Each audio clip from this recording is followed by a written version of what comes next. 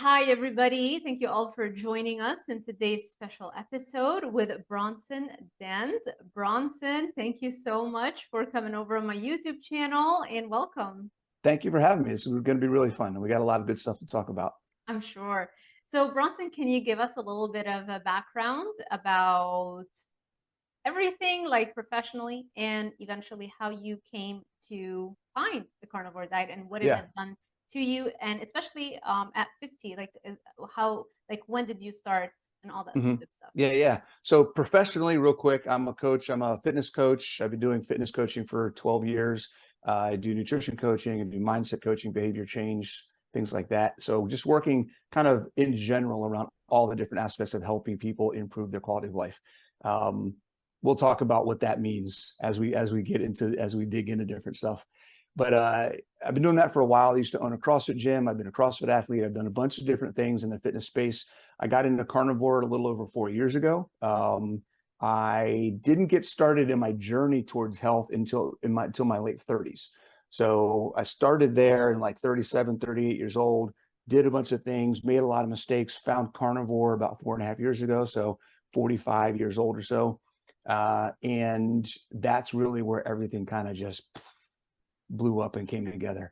A lot of health issues went away. A lot of the physical limitations that I had in trying to improve my performance athletically and all that other kind of stuff went away. Started doing things. Everything just kind of fit together when I found carnivore. So that's really where a lot of my focus has been, is helping people understand how important eating meat can be to the whole process. So, what are the symptoms that were alleviated on a carnivore diet? Yeah. So for me, being a fitness guy, one of the things, this isn't health related necessarily, this was on the performance side of things, was having to get fat to get strong, having to get weak to get lean, dealing with a lot of injuries. I'm in my mid 40s doing CrossFit. Not that CrossFit causes injury, but when you're 45 years old and you're trying to pretend like you're 20, you tend to do things a little more than you should. And you tend to have a lot of chronic injuries. I had pulled hamstrings, torn calves, herniated discs in my neck, torn labrums in my shoulder, torn meniscus in my knee. I had a bunch of issues and things that were just going that I couldn't fully heal from. Like they'd get better and I'd be good for a while, but I had to be careful. And then I'd do one little thing and it was just gone and I'm out for 3 months. I couldn't do anything. So that was some stuff that I was dealing with. So from the physical perspective, going carnivore, it's been almost 4 years. I haven't had an injury. Like all of the chronic things, the pulled groin, the pulled hamstrings, the torn calves, the meniscus, the shoulders, everything. Those things not only healed, but they've stayed healed. And I've been able to actually work almost as if they're not even there. Like they're still in my head. And I try to take care of certain things, but I don't even notice them most of the time. Like they're gone. So that's been really cool. I've been Amazing. able, I've been able to manage my body composition without really stressing over what I eat. So because of what I do, because I'm a coach and I'm trying to experiment, I'm always trying new things. I do track like religiously, and I do keep a lot of data about what I'm doing. But there are times where I don't feel like it. I'm just kind of chill, and I don't have to worry as much about managing what I'm Mm-hmm. doing, because I know, like, for me, going off plan just means I might have an extra steak in the day. I don't have to worry about, am I going to eat that thing or whatever is going to set me back or get me off. I don't worry about being in ketosis. That's a waste of time. I just eat what I need to eat and have fun doing it. And it takes a lot of stress out of the whole process. So let's dive a little bit into detail what your Yeah. meal plan looks like. Okay. So each day, right now, so the focus of my self-experimentation right now is trying to gain as much lean mass as possible and not gain any fat. Okay, so I've been about a little over 5 months into this experiment. I started 5 months ago at about 180 pounds, 10% body fat, which is about 19, 20 pounds of actual fat mass. And uh, I am now about 185. So I've gained 5 pounds, but I'm still at 19, 20 pounds of body fat. So I've gained 5 pounds of muscle, about a pound a month, okay, just eating meat. So keep this in mind, I'm 50 years old. So it's supposed to be impossible for me to grow muscle, right? At 50 years old. It doesn't happen. You can't grow muscle. Right. That's not a thing. You can grow muscle after 50. What I eat in a day right now is I'm doing about 200 grams of protein a day. I keep my fat to about 135, 145. And then my carbs, pretty much the carbs I get each day come with eggs. So that's 5 to 10 grams, less than 10 grams a day. Yeah, because like an egg has a little less than a gram, maybe I think it's 0.8. Yeah, and I do 8 to 12 a day. So 8 to 12 eggs a day yeah. with the yolks and everything, whole egg. Oh yeah, absolutely. Yeah. Yep. Okay. So do you know the breakdown of the macros, like percent fat, percent protein? No, because I don't do macros. I actually try to stay away from doing macro percentages or ratios. And there's a lot of people get stuck on making sure they have the right ratio. And one of my messages to people is it doesn't matter, because we need to give our body what it needs. I don't care. There's literally no relationship between the amount of fat that you eat and the amount of protein that you get. Now, granted, if you're eating mostly meat, you're gonna naturally be around a 1-to-1 ratio between the two. That's great. Whatever that works out to calories, that's great. Okay, 60-30, I think, is the average if you kind of do 1-to-1. Okay, that doesn't really mean anything. If you're doing certain activities, or you have a certain amount of lean mass, or your whatever other requirements you have in life, you might need more protein than that 1-to-1 ratio. So if you're trying to match a 1-to-1 ratio all the time and you increase your protein because your life requires it, then that means you're also getting extra fuel and you're going to gain fat. So that's kind of counterproductive. We don't want to gain fat because that increases inflammation and causes a bunch of other issues. So we need to learn to separate. And this is my message, is we separate fuel from function. I look at protein as functional calories, and I look at fat and carbs as fuel calories. And I don't care if they're the same ratio together, what percentage of calories. I don't track calories at all. Calories mean absolutely nothing. So I look at, does my body need this much protein, or how much protein does my body need? How much fuel does my body need? And I give my body what it needs independent of each other. I love how you frame that, because that's exactly how I feel and how I think about protein and fat. Protein is structural, it's functional, and the fat is fuel. And so yep. I'm curious to see your approach. If you're putting somebody on a weight loss phase, what would you tell them with regards to how much protein versus how much fat they're eating? Yeah. So my base level process is to start everybody at 1-to-1. So I'm saying we don't use a ratio, and then I say, well, I start everybody at 1-to-1. Well, that's a starting point, because I need to have a baseline. So I start everybody we identify what your lean body mass is. So if you weigh 100, or if you weigh 200 pounds and you have 25% body fat, we know you have 150 pounds of lean mass.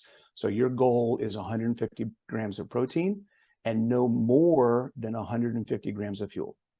So the protein number, so you only have one number to deal with. You can go as high as you want over that number on protein. If you want to do 200, then great, do 200. Don't go under.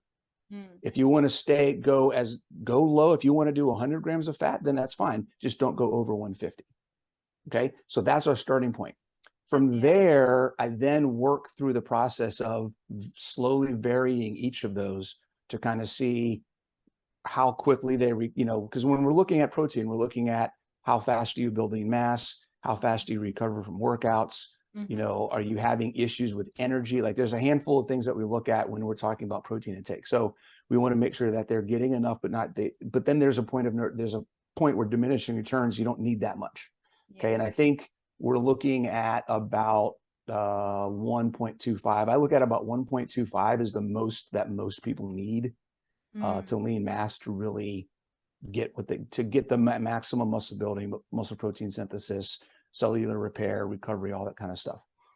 So many people, I start at 1, they go to 1.25. On the fuel side of things, when it comes to fat, 1-to-1 lean body mass to fuel grams is usually more than what a lot of people are doing, coming from standard American diet, because they're low fat. They got to be low fat to be healthy.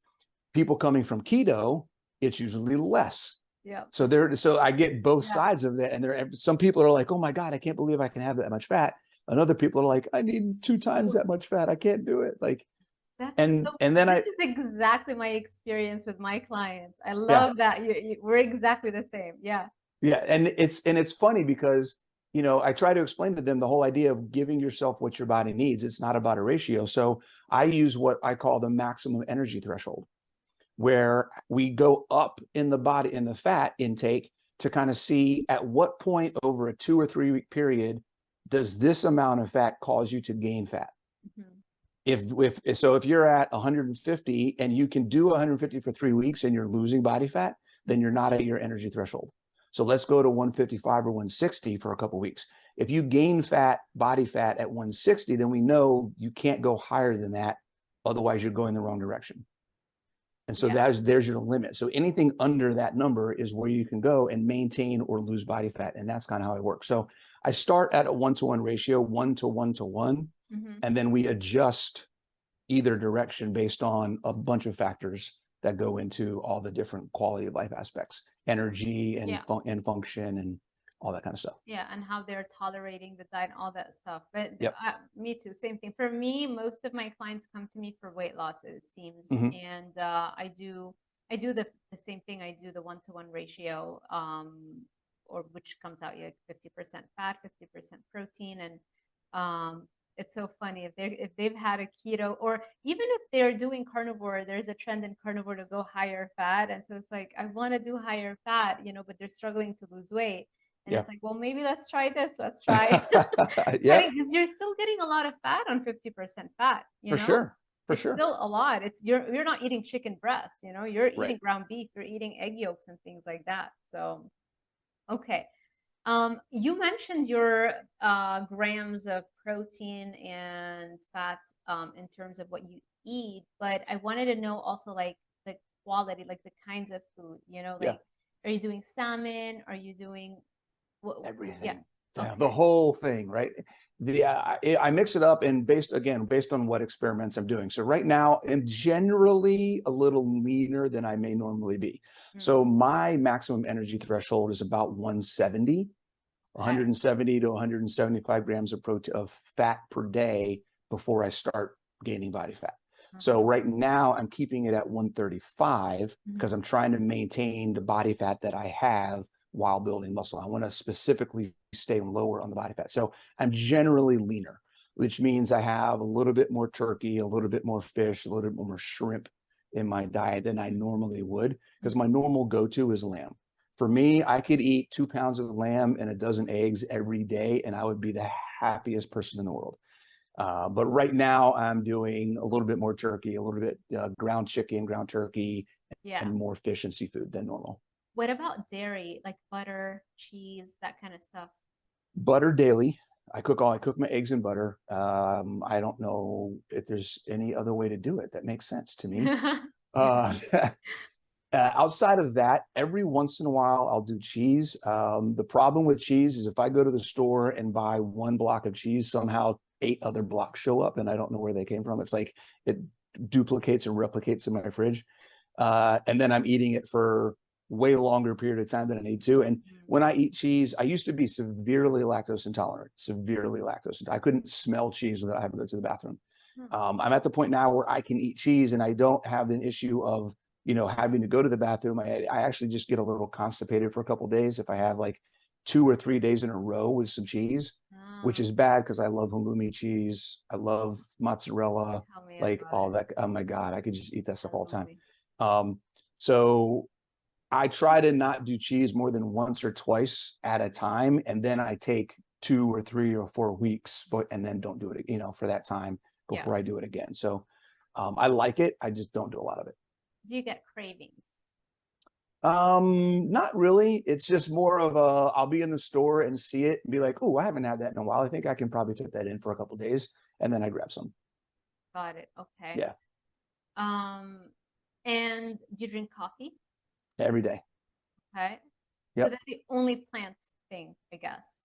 Yeah. I mean, if you want to count some seasonings, I do Redmond's like lemon pepper seasoning, their black pepper garlic, stuff Right. like that. But that's about it. Yeah. Fantastic. Okay.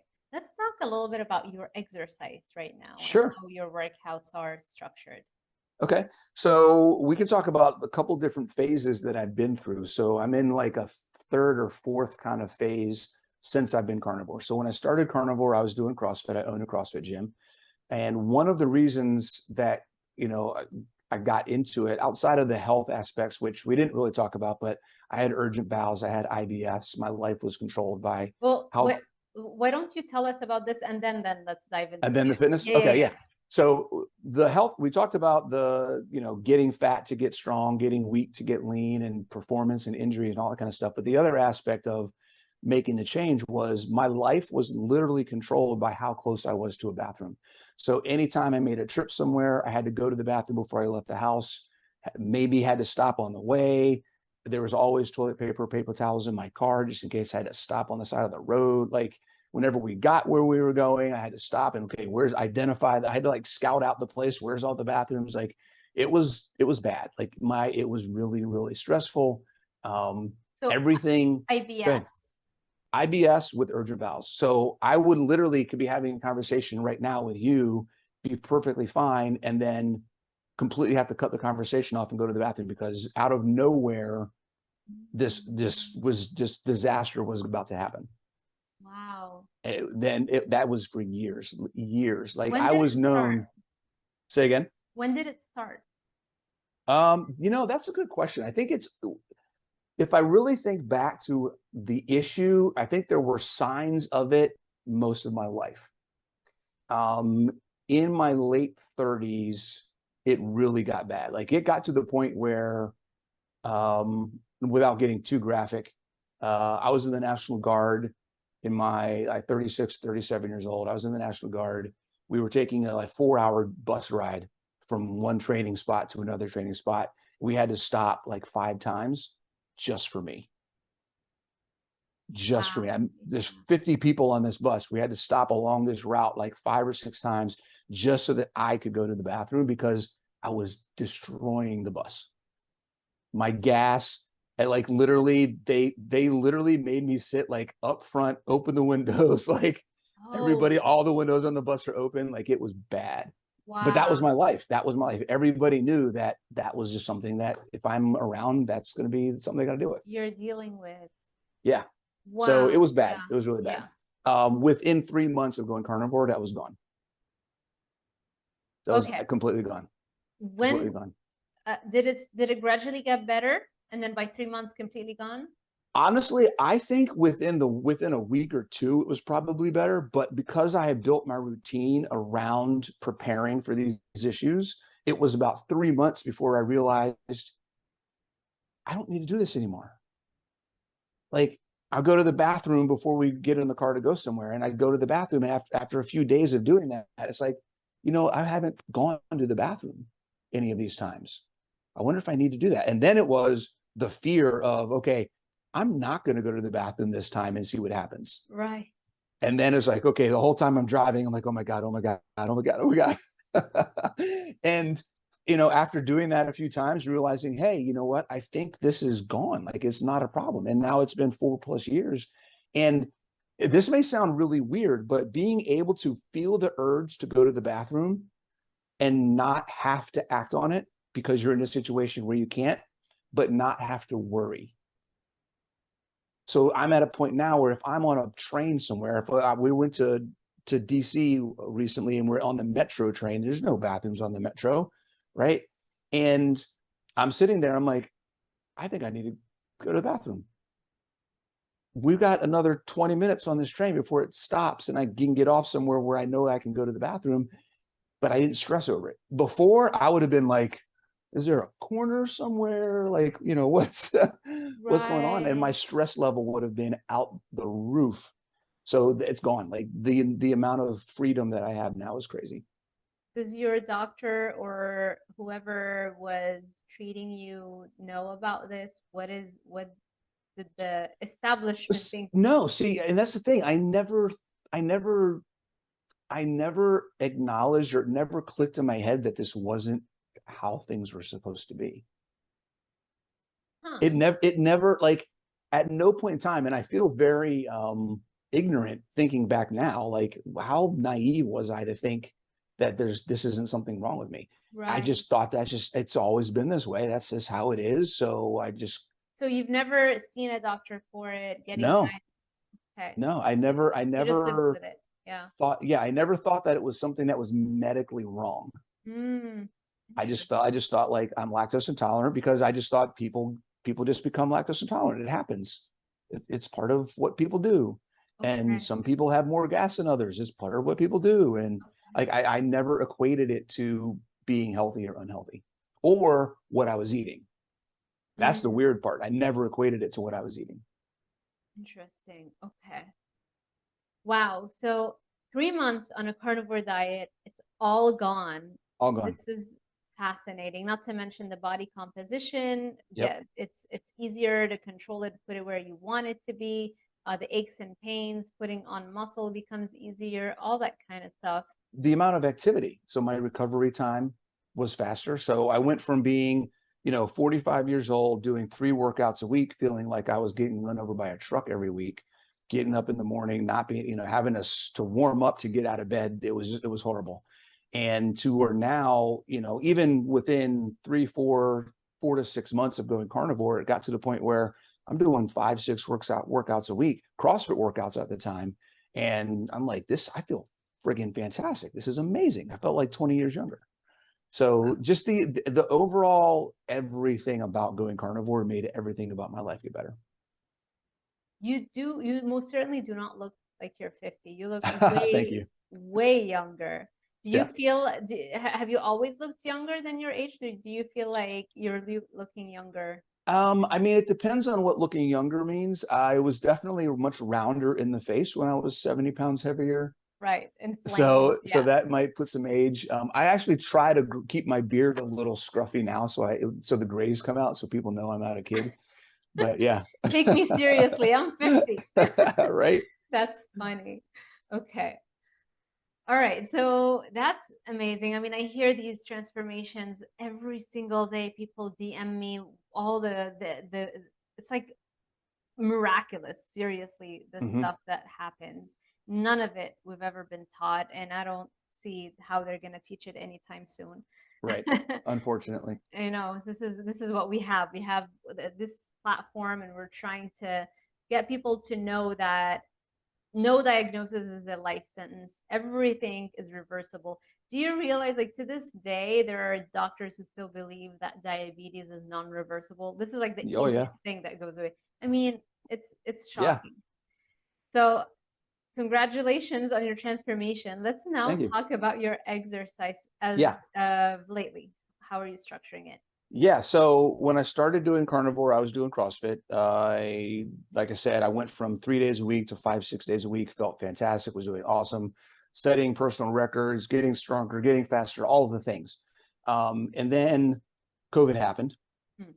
I sold my gym right before COVID happened. Thank goodness. I'm so glad I did not have to own a gym during that whole thing and went online with everything. So then I had to find, okay, now what am I going to do for my workout? So uh, I joined a regular gym and started doing much more traditional like bodybuilding stuff once gyms opened up again. So I had that whole time where I was just doing stuff at home to try to stay some kind of maintenance during the lockdown and all that kind of stuff. Once things opened up again, I got more into the bodybuilding aspect. I wanted to see like, could I really do some body composition changes, grow some things, change my shape, change my look a little bit, just doing something different. And I've been doing CrossFit for over 10 years. It's like, I kind of want to do something else. Um, so I did that for a while, had a bunch of success there. Then I went to more powerlifting style where I focused specifically just on trying to get as strong as I possibly could. I did that for about 6 to 8 months, had some really good results there, got much stronger than I ever had before. And then now I'm actually transitioning into more of a lean gains. I'm trying to, like I said, I'm doing that experiments now where I'm just trying to put on as much muscle as possible. So I'm doing much more hypertrophy work. But I'm also mixing that in with BJJ. So I'm doing BJJ 3 days a week and I'm lifting heavy 2 days a week. So I'm getting 5 days a week of some kind of training in, and I'm having a blast. It's fantastic. Wow. And what do you tell people who say that you cannot put on muscle without carbs because you need the fuel from the Yeah. carbohydrates. Yeah. Yeah. Um, tell me how that works. I'd love to know how that works. Uh, there's a big misconception. There's a ton of misconceptions about carbs and exercise and all that kind of stuff. Um, we do need glycogen. That's not the same as needing carbs. And that's one misconception. The idea that we have to eat carbs in order to convert the carbs into glycogen to fuel our exercise is wrong. We don't have to. Our body can produce it. Number two aspect of why we don't need carbs to build muscle is we have enough stored in our body. I was looking at the math about this the other day, trying to just kind of figure out a couple different things like how much of an average person, how much work in a week would the average person have to do to completely deplete their glycogen stores in a workout or multiple workouts, not even including any replenishment that the body would provide automatically. Mm-hmm. Right. So we average between 500 and 700 grams of glycogen in our body. So the average person, without getting to all the math, but the average person might burn 100 to 200 grams, might burn 100 to 200 grams of glycogen in a workout based on what they're doing. So you've got 5, 6, 7 days worth of glycogen stored that you could do in whatever level of workout you want to do as a normal person. Now, we're not talking professional athletes, marathon runners, professional CrossFit athletes, NFL players, that kind of stuff. Just the people like you and me who are trying to work out and have a better quality of life. You've got 5, 6 days of glycogen stored in your muscle, in your blood, in your body. That's going to last you the week. Now, your body through gluconeogenesis is going to replenish whatever you use in a workout anyways. So you're always going to have enough to fuel your workouts. You don't have to eat it. It's just basic. And this is such basic metabolic science that it's like, how can anybody not know this at this point? Yeah. And are you familiar with Dr. Stephen Finney and Jeff Oh, yeah. Volnick? Yeah. Yep. So they wrote, I think their book is the reason I started doing keto, The Art and Science of Low Carbohydrate Living, and then Yep. The Art and Science of Low Carbohydrate Performance. Fantastic Yep. books, right? And in it, they talk about studies that they've conducted on athletes that show that you continuously keto adapt. So you're constantly getting better at utilizing fat as a fuel source. And even up to 2 years, I think those athletes were in ketosis on a ketogenic diet, and they're still getting better and better and better at it. And Yeah. not only that, they look at their glycogen stores and they show how their glycogen stores after the end of an endurance event has been maintained just similarly to the other carbohydrate loading Yep. athletes. And so it's like when you're in that ketogenic state and you're keto adapted, your body is sparing your glycogen stores. It's Yeah. so Well, you don't have to worry about that. yeah, I love this. And this is one of the things that I found out doing research for my book is it's not just the sparing aspect, but actually the byproducts of being ketogenic feed into gluconeogenesis. So pyruvate, acetate, lactate, all those things that happen when our body breaks down fatty acids into ketones, those are residual ketones that get pushed into other cycles that get turned into glycogen. So, and this is when I talk to people about this, and they go, what? It's like ketogenesis feeds gluconeogenesis. It's like, wait a second, but I thought gluconeogenesis was bad. It's making all the sugar in our blood. No, we need it. We could not be ketogenic if we did not have gluconeogenesis doing its thing. We need them both. And the other aspect of that is we talk about being keto adapted because being ketogenic, the ketogenic processes in our body are a system of function that the more we make our body do it, the better and more efficient it gets. Like you said, you continually get more keto adapted. Well, gluconeogenesis is a system of function that the more we make it work and the more we utilize it, the better and more efficient it's going to get. So the more we stay keto adapted, the more we keep carbs out of our body, the better it's going to be at utilizing all of the aspects of fuel and giving us what we need. They're both systems that can be improved. Very well put. I agree 100%. So, would you say that an athlete, if they want to be competitive, would you say that a keto or low carb would be superior to any other diet was just generally high in carbs or even lower in Absolutely. carbohydrates. Absolutely.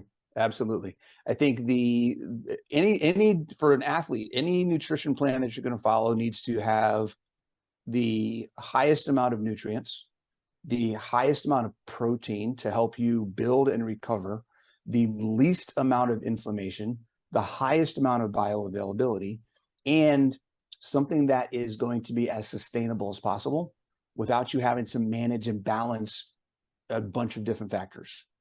So when we cut out carbs, I love the idea of managing, or balancing, you have to balance your diet, right? Well, it's a lot easier to balance 2 things than 3 things. So if we cut out carbs from the equation, everything becomes more simple and easy to follow.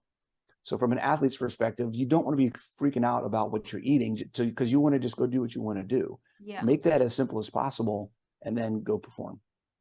Agreed. And I think the reason why people are so hesitant is because they are so dependent on sugar as their main energy source. And if they're in season, when you take out the carbohydrates, it's like you took out this artificial steroid that you've been relying on to boost your performance. And now you took it out and you have to go back to a natural state. And there's an adaptation phase. And there's in their book that I was talking about, they talk about how it takes 3 months for your performance level to go back up to baseline. But then once you hit that, now you start outperforming your peers that are completely dependent on the sugar and carbohydrate as their main energy. 110%. And there's reasons for that. 2 of them I already talked about. One is your recovery is faster, so you get more volume in. You can train more. You can train more. Your volume increases. And yes, when you make gluconeogenesis do its job, it gets better at doing its job. So you have more of that energy. For anybody that's doing glycolytic work in their sport, soccer, CrossFit, whatever, they're going to have more available and their body's going to get better at replenishing it when they use it up. So there's a ton of factors. Your inflammation is lower. Like there's a ton of factors that go into all of it. And I love the 3-month thing because that's what I saw. For my performance, when I was pretty much like paleo whole foods, and I went cold turkey right into carnivore and just did it. I was like, okay, this is what I'm doing from now on. Let's see what happens. And then never looked back. It took me about 3 months to feel like, okay, I can lift again. I can do my conditioning again. I'm not crashing. I'm not feeling like I can't do anything. And once that happened, again, it was just off to the races from there. Everything got better. I love it. I hear the same story from so many people who do the strict version of carnivore, that it's just cruising afterwards once you adapt. Yeah. And the other thing from the athletic performance side of things, have you read Dr. D. Nicolantonio's book, Win? The salt, no.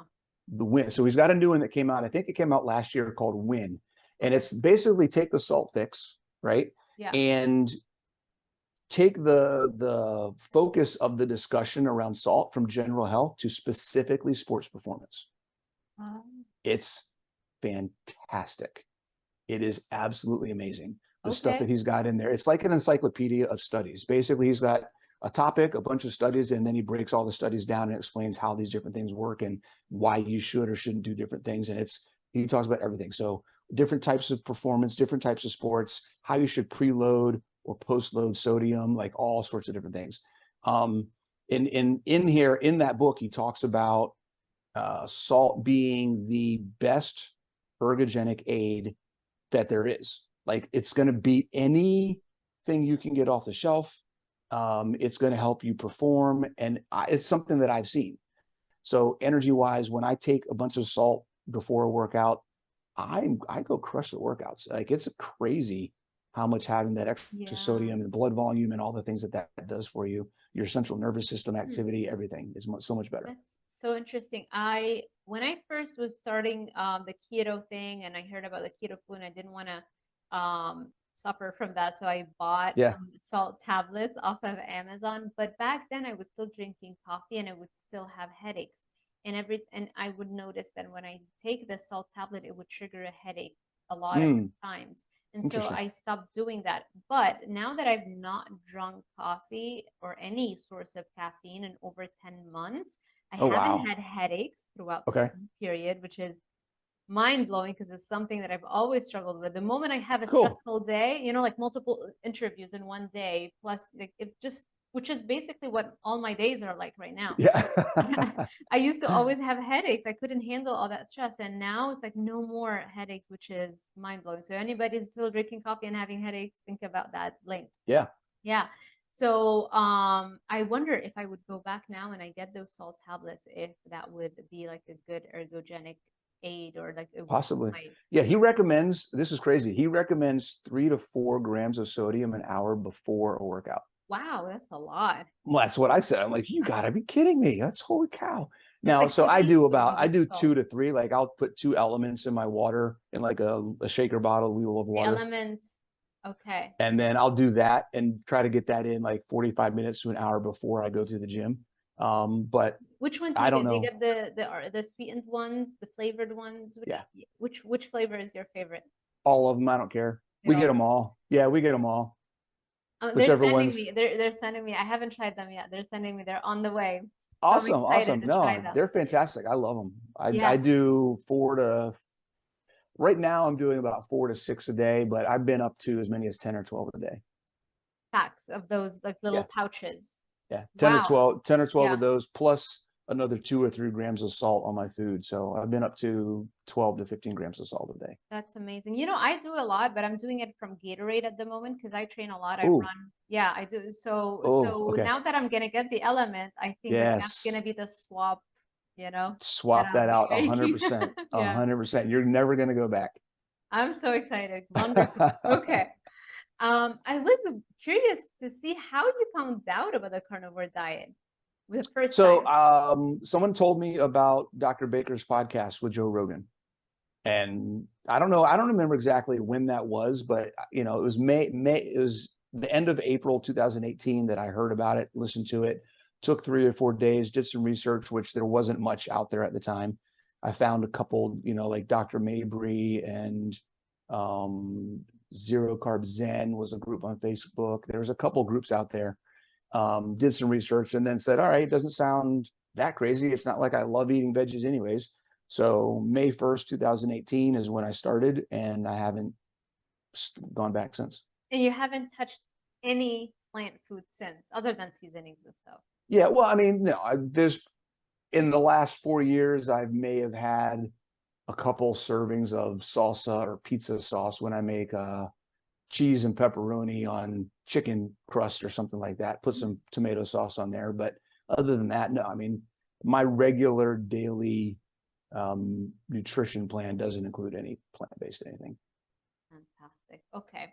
And when you have something that has been so dramatically improved, like IBS, like why would you ever, there's, Yeah. yeah, I don't kind of want like to. I don't want to me. be there again. It's not an option anymore. With caffeine, it's not an option. Even if I'm Mm-hmm. tired, whatever is happening, like to go back and like reset the clock, Yeah. it's like, why? I don't even think about it. Okay. Let's talk about fitness and why it's just as important as Important. nutrition. I Yeah. feel like most people in this sphere, Mm-hmm. they're downplaying a lot the role of Sure. exercise and fitness. And I feel like I'm the only one talking about like, no, go ahead and you have to You're work on not. it. So I'm so glad that I Yeah. found you. Yeah. So tell us. I'm not alone. There's more people out there. So fitness gets a bad rap, number one, because a lot of people think it's hard. It's and in honesty, it doesn't have to be harder than you make it. Number one. Yeah. Number two, unfortunately, everybody thinks that the goal of getting in shape and the goal of fixing your nutrition, for many people, most people, is to lose weight, because they think if they lose weight, then all of their problems are going to get solved. And unfortunately, that's not how it works.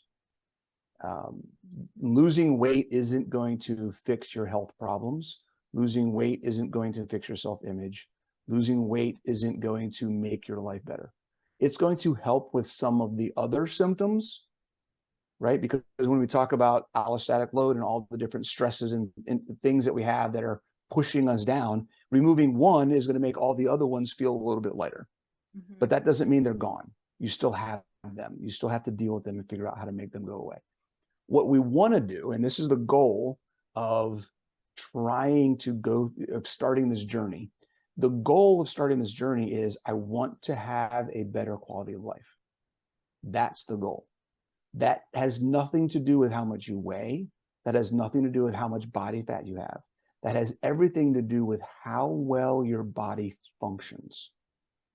How well your body functions. And this is where I'm really, really passionate about helping people understand that everything you get done at the doctor's office with your blood work is just as important as everything you get done at the gym with a personal trainer.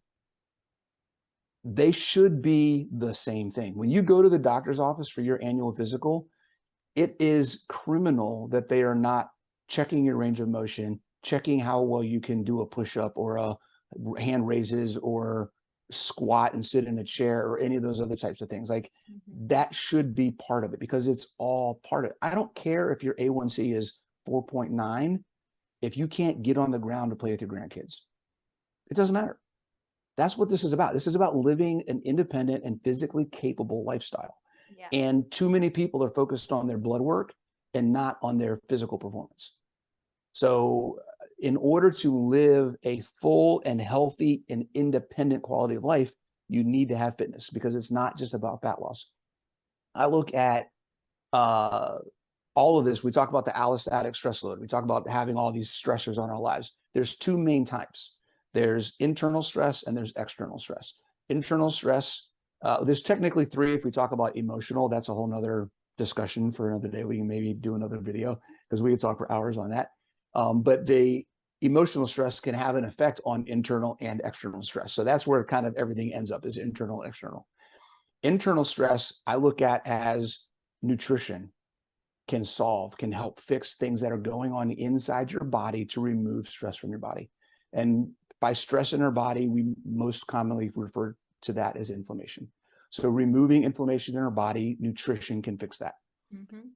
That is an internal process that's biological, that's chemical, that's all those types of things. Fitness and getting yourself in physical condition allows you to manage external stress, the things that we can't control that happen to us. They're physical, they're activities, they're the endurance that we have, the immune system that we have, the resiliency that we have, the survivability of our body, the strength to resist injury, all of those types of things. That's fitness. So if we're just focusing on the internal, we're completely missing a whole nother aspect of the things that stress us out and affect our health. So that's kind of how I look at the whole thing in a nutshell. Yeah, that's a great way to look at it. And I agree. And there's so many benefits to having a strong exercise protocol or habit in as a lifestyle. Mm-hmm. Your mental health exercise is far more powerful than antidepressants. And this is just when you compare them to the studies that have already been published on the antidepressants, because there's far more studies on antidepressants that haven't been published because they show no benefit. So it's like, right, let's not publish that. There's some more stuff coming out recently, the last few months. It's been really good. Yeah, you know what? They changed the rules in a way where now all studies have to be registered on clinicaltrials.gov. And that's in order to prevent this practice of publication bias, where researchers would only publish the good results when they show a benefit. Mm-hmm. And this is what is leading to the skewed view that statins work or antidepressants are really a good idea. And that's basically limited to the small amount of studies that end up showing some positive effect. But what about the totality of the studies that were done on the topic? If you look at all the studies, then you couldn't come up with the same conclusion. But because this has been happening for so long and so often, that's why they came up with this new thing where everything needs to be registered. The moment you start a study, it goes to clinicaltrials.gov. When I started my dissertation, I had to do it. And you'll know exactly what's going on. It started this date, that's the methodology, and this is when we expect to finish. so that you can follow up, Cool. Okay. That's good to know. So maybe that's why now those studies are finally being published that show not that of a Right. great result. So yeah, so exercise is insanely powerful for your mental health. For longevity, if you don't want to age as quickly, we have things called zombie cells that accumulate as we get older. Exercise literally destroys them. And so now you drop overall inflammation. Um, Energy. How are you going to Oh my have God. all the energy in the day if you don't have strong muscles that have Yep. endurance, right? I mean, this is just right off the bat, three super important There's areas a whole to bunch of, have. then there's a whole bunch of other things. If you think about, this is one of the things that I get fired up about is when I work with people and they're coming to me and they're like, I'm doing this, I'm doing that, I'm trying all these different things. I'm like, just stop. Eat what you need to eat and exercise, and then let's see how things go.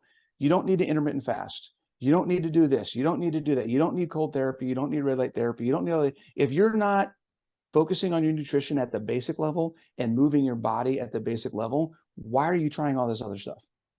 Exactly. Biohacks and supplementation is by definition supposed to be used on top of a solid foundation. So you need to get the solid foundation first. Otherwise, you're spinning your wheels and wondering why nothing's working. All the benefits of fasting are the same benefits of exercise. It's crazy. Yeah. Better insulin resistance, better autophagy, better energy management, better fat loss, like all of them, better mitochondrial function. Like everyone's like, well, intermittent fasting, I need to do that to improve my mitochondria. No, go lift some weights. Do the same thing. Yeah. And you don't have to worry about top trying off to your freak out of mitochondria. scheduling your window and all that other kind of crap. Just freaking eat and go lift. That's all you got to worry about. Yeah. Try to make it simple. This is the thing. The more simple, the more sustainable. Eat meat, lift, repeat. There it is. There you go. Yeah, the more simple you can keep it, the more sustainable it's going to be and the more success you're going to have. The 3 S's. Ooh, I just made that up. Simple, sustainable, success. There we go. I like that. Merch drop. Woo. I love it. Do you have a YouTube channel? I do. Ultimate Ketogenic Fitness. Oh, yep. Fantastic. I'll make sure to link it. Yeah. Okay. Well, do you feel like we missed some important topic? I don't know. I mean, we could talk all day. There's all sorts of different things we could talk about. No, I think so. We had some stuff. I think we talked about the main points about why fitness is important. We can talk real quick. If I just want to let everyone know, earlier when we first talked about fitness, I said it's not that, it doesn't have to be hard. And I have what I call the 1% rule, and that is do a 1% more than what you're doing right now.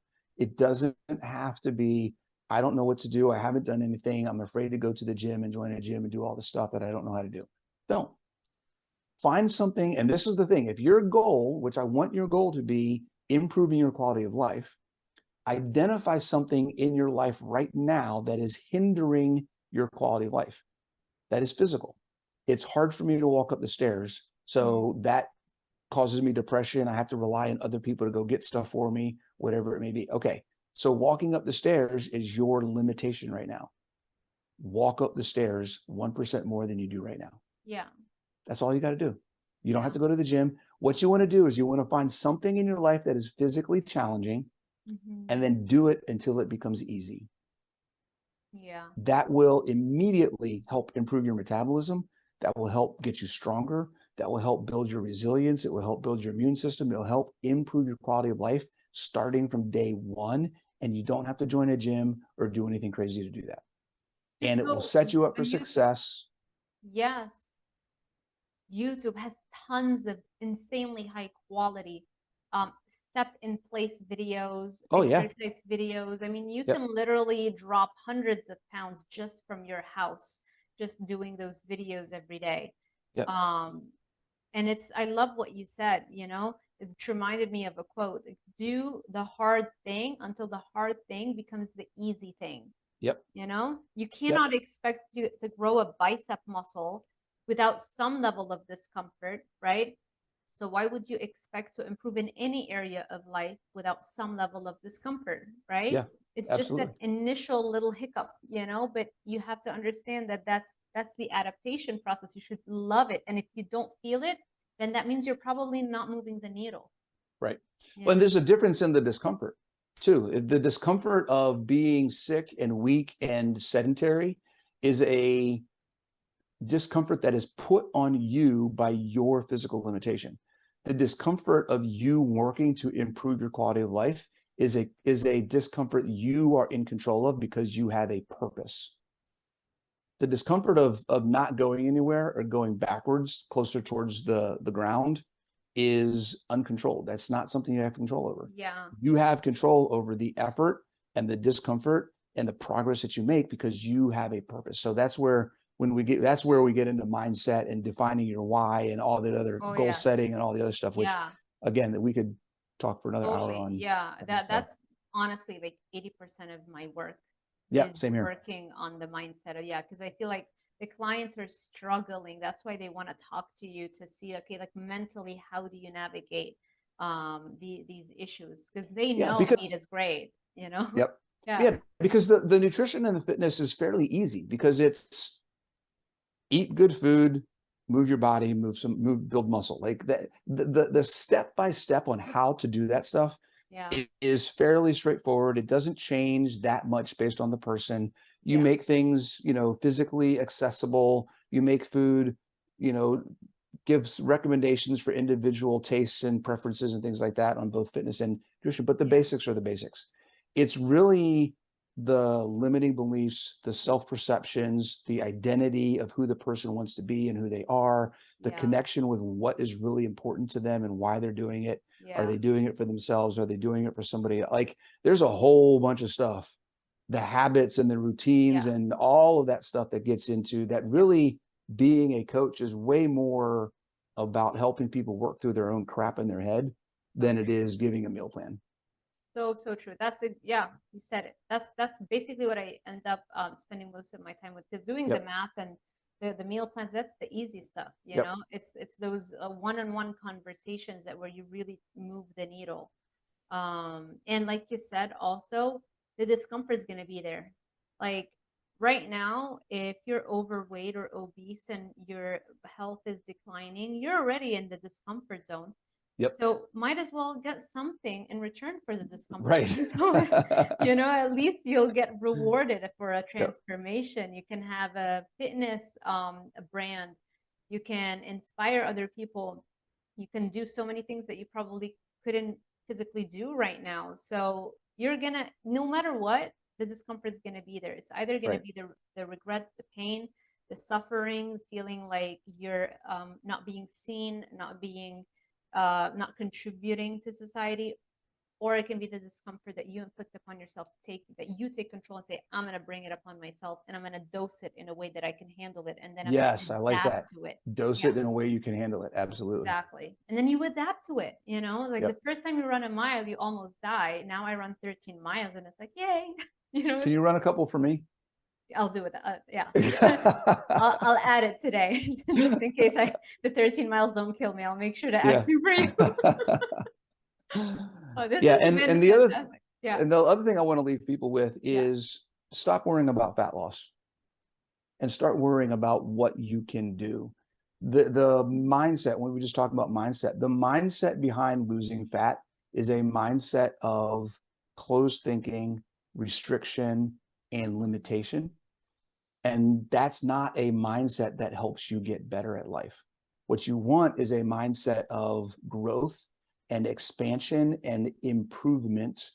So we're focusing on improving your body's ability to function. That's metabolically, that's physically, that's mentally, that's self-confidence. There's all of the positives about change and transformation when we look at function versus just weight loss. I love it. And that's what we Yeah. want to look at, I because the love it. weight loss will happen and when everything else happens. Exactly. Yeah. And it's just, I keep want to add stuff because this is so good what Yeah. you're saying.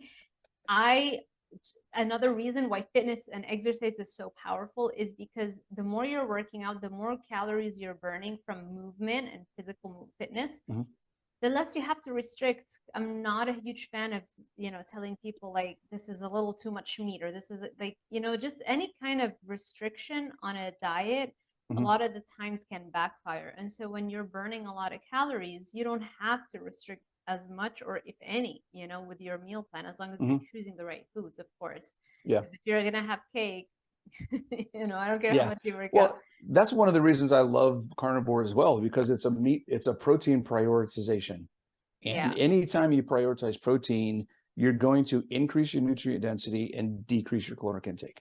So by nature, you're going to Yeah. get less extra fuel, you're going to get more nutrition, you're going to be more satisfied, and everything works better. And it takes a lot of the stress out of the whole process. So Yep. you let your biology do your calorie management for you. Perfect. Very well put. Thank you so much, Bronson. I appreciate it. Where can people find you and connect with you? Yeah, so I'm all over the place. On Instagram, Instagram's the only place that doesn't match everything else. So if you want to look for me on Instagram, it's Coach_Bronson_Keto. Long thing there. Everything else, website, YouTube, all of the places are Ultimate Ketogenic Fitness. Okay, I'll link them all below. Yeah, I have a Facebook group that people can join, Ultimate Ketogenic Fitness. My YouTube is Ultimate Ketogenic Fitness. My website is Ultimate Ketogenic Fitness. All that stuff. So yeah, and my book. If you go to Amazon and you look for Ultimate Ketogenic Fitness, the book, that is out there as well. This thing. Oh, fantastic! So you talk about carnivore in it? It's ketogenic, but carnivore is a ketogenic diet, so it's all covered in there. Yeah. Fantastic. I forgot to ask you, what's next for you? Where do you see yourself in the next 5 years? Oh my gosh, how much time do you have? That's a whole nother hour. Really? Wow, this is exciting. There's a lot of stuff going on. So just real quick, I'll try to keep it quick. Okay. The book, I published the book in late April this year, so that's out. It's growing, trying to get that thing going. Okay. It's being translated into Spanish and Dutch right now, so it'll be pushed out in those markets, okay. Which is super cool. Outside of that, I'll be working next year. My plan is to get it on Audible, so I'll be working on getting that in Audible.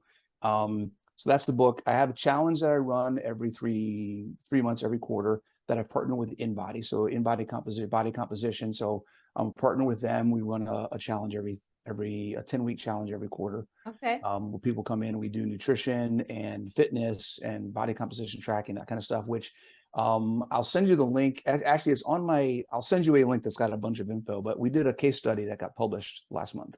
Okay. So that would be kind of cool to take a look at. We did 8-week ketogenic nutrition, functional fitness training with 30 women over 45 who were all peri or postmenopausal. And we did body composition tracking and that kind of stuff, performance, fitness tracking, that kind of stuff. It was really cool.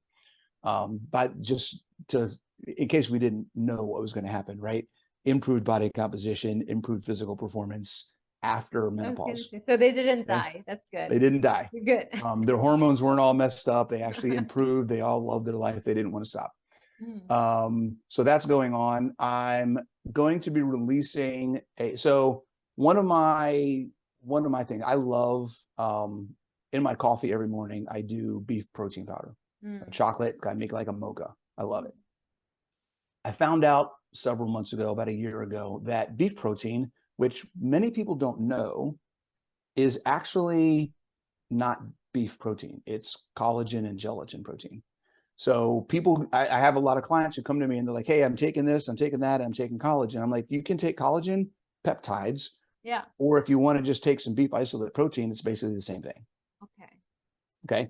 So not knowing that, a lot of people can't do dairy because it messes up their stomach. A lot of people have issues with egg white protein if they're doing supplementation because it messes up their gut. Or you can't do hot drinks with egg white protein because the egg curdles and cooks and whatever. Because trust me, I've done that. It's nasty. Don't ever do hot drinks with egg white protein. Okay. So I actually am starting a supplement company, and I'm coming out with a beef isolate protein powder with added BCAAs. So it has the full amino acid profile for muscle building that doesn't normally come with beef protein powder. Wow. It'll also have some creatine, some CBD, and some other stuff in there, but that's something that's working on. We'll be doing a Kickstarter for that in the next couple months. So those are some of the things. There's a couple other things happening, but those are a couple of them. That's enough. That's amazing. Well, I'm so glad, and we are all rooting for you, and I'm sure you'll let me know once all those things come to fruition. So thank you again, Bronson, and thank you all for joining us. I hope this content was valuable. If you like this video, make sure you give it a thumbs up, subscribe, and hit that little notification bell icon so YouTube alerts you every time I post a new video. Thank you all for watching, and I will see you in the next one.